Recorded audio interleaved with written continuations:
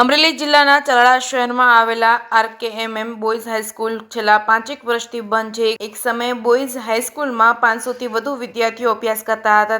તે આજે બંધ હાલતમાં છે અને ચલાળા શહેરના વિદ્યાર્થીઓ અન્ય ગામોમાં કે શહેરમાં અભ્યાસ માટે જવા મજબૂર બન્યા છે। નગરપાલિકાનો દરજ્જો ધરાવતું અમરેલી જિલ્લાના આ ચલાળા શહેરની મધ્યમાં આવેલા આરકેએમએમ બોયઝ હાઈસ્કૂલ એક સમયે આ શહેરની શાન હતી। 500થી વધુ વિદ્યાર્થીઓ કલબલાટથી ગુંજતી આ બોયઝ હાઈસ્કૂલ છેલ્લા 5 વર્ષથી ભૂત બંગલા જેવી જોવા મળી રહી છે। વર્ષ 1942માં એ સમયમાં દાતાઓના અનુદાનથી બનેલી આ બોયઝ હાઈસ્કૂલમાં ચલાળા શહેર ઉપરાંત આસપાસના ગ્રામ્ય વિસ્તારના વિદ્યાર્થીઓ અહીં અભ્યાસ માટે આવતા હતા, પરંતુ યોગ્ય જાળવણી અને ચલાળાના કમનસીબે આ બોયઝ હાઈસ્કૂલ આજે ખંડેર બની ચૂકી છે। ચલાળા શહેરની આરકેએમએમ બોયઝ હાઈસ્કૂલ એટલે કે રતિલાલ કેશવલાલ માવજી મહેતા હાઈસ્કૂલમાં એક સમયે ધોરણ 8 થી 12ના 500થી વધુ વિદ્યાર્થીઓ અભ્યાસ કરતા હતા।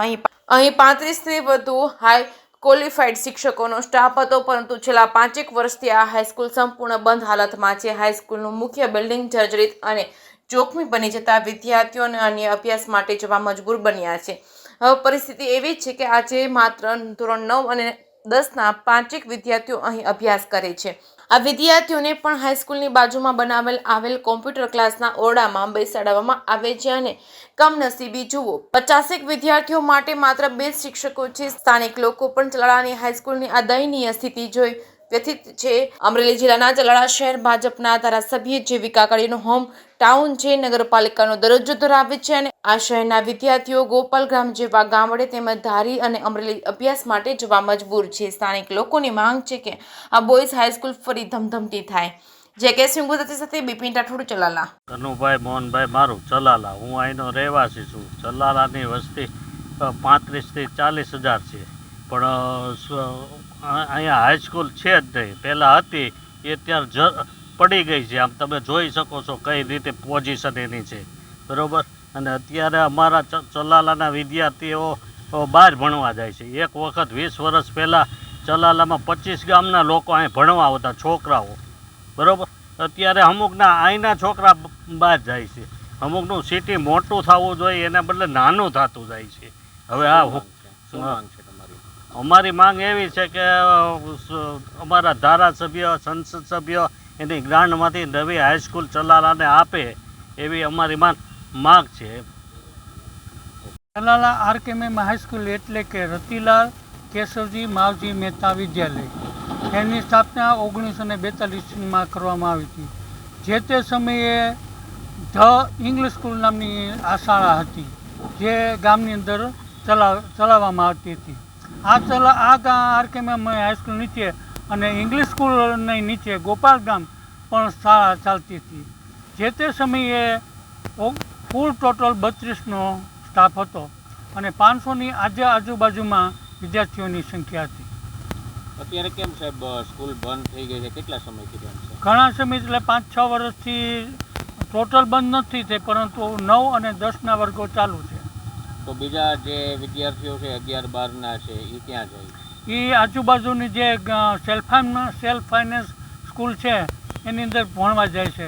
સમાજની અંદર એક એવો પ્રશ્ન માન્યતા છે કે સેલ્ફ ફાઇનાન્સમાં સારું ભણાવે છે, પરંતુ ગવર્મેન્ટમાં સ્કૂલની અંદર શિક્ષકો સારા હોય છે, પરંતુ આ સેલ્ફ ફાઇનાન્સની સ્કૂલની બિલ્ડિંગ અને જોઈ અને ત્યાં તેઓ પ્રેરાય છે ભણવા માટે।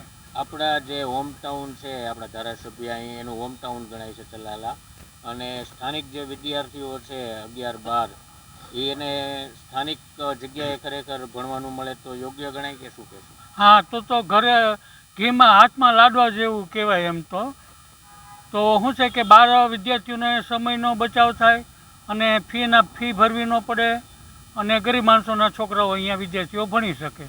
અત્યારે આ સ્કૂલ બંધ થવાના હિસાબે એવું લાગે છે કે 50% તો વિદ્યાર્થીઓ ભણવા પણ નહીં જતા હોય। હા, બરાબર છે।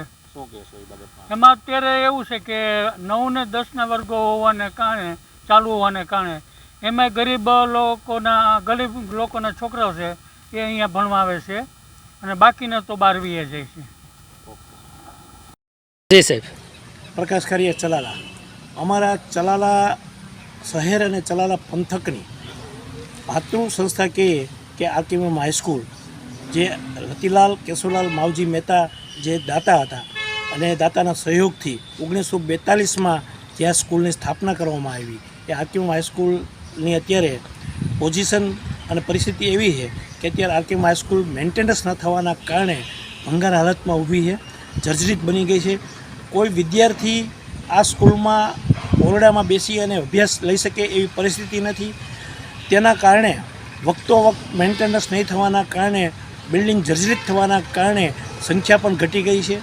ધોરણ 9 અને ધોરણ 10 બે જ ક્લાસ ચાલુ છે.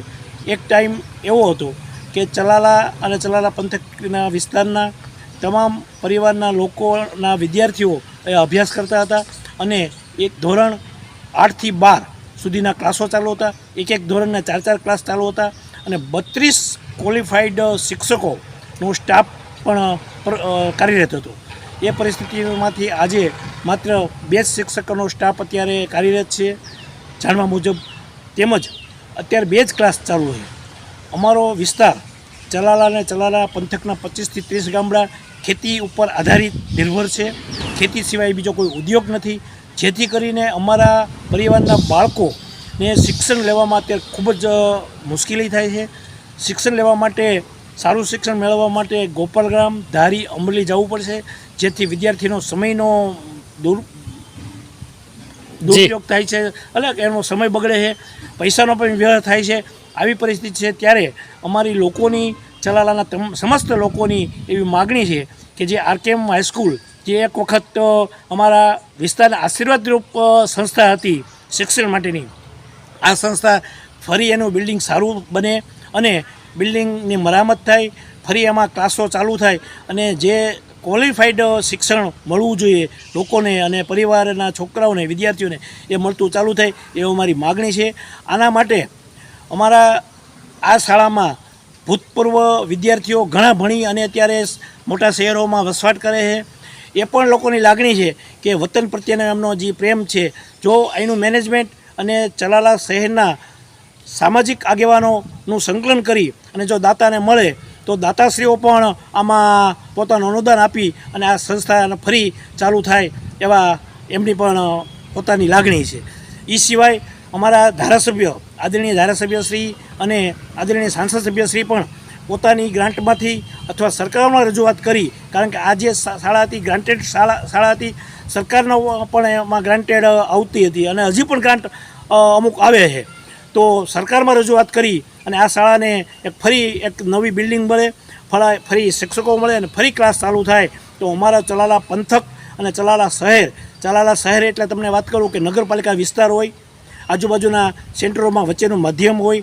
અમારું ચલાલા એટલે હંસાવતા દાન મહારાજની પવિત્ર ભૂમિનું આ ચલાલા ગામ છે. આ યાત્રાધામ છે, બહારથી ઘણા યાત્રાળુઓ પણ આવે છે. ત્યારે અમારી એક આ શિક્ષણ જે અત્યારે આ યુગમાં સરકાર પણ શિક્ષણ માટે ખૂબ જ કામગીરી કરી રહી છે. શિક્ષણનો વ્યાપ કેમ વધે, શિક્ષણ કેમ સારું ગુણવત્તાયુક્ત મળે, એમાં સરકાર પણ જ્યારે કટિબદ્ધ છે. ત્યારે હું ફરી વખત દોહરાવું છું મારી વાતને કે ધારાસભ્યશ્રી અને આદરણીય સાંસદશ્રી સરકારમાં રજૂઆત કરી અને આ એક નવી બિલ્ડિંગ મળે, આ બિલ્ડિંગ સારી બને અને ક્વોલિફાઈડ શિક્ષણ મળે તો અમારા વિસ્તારના લોકોને ખૂબ સારી એક સેવા મળશે.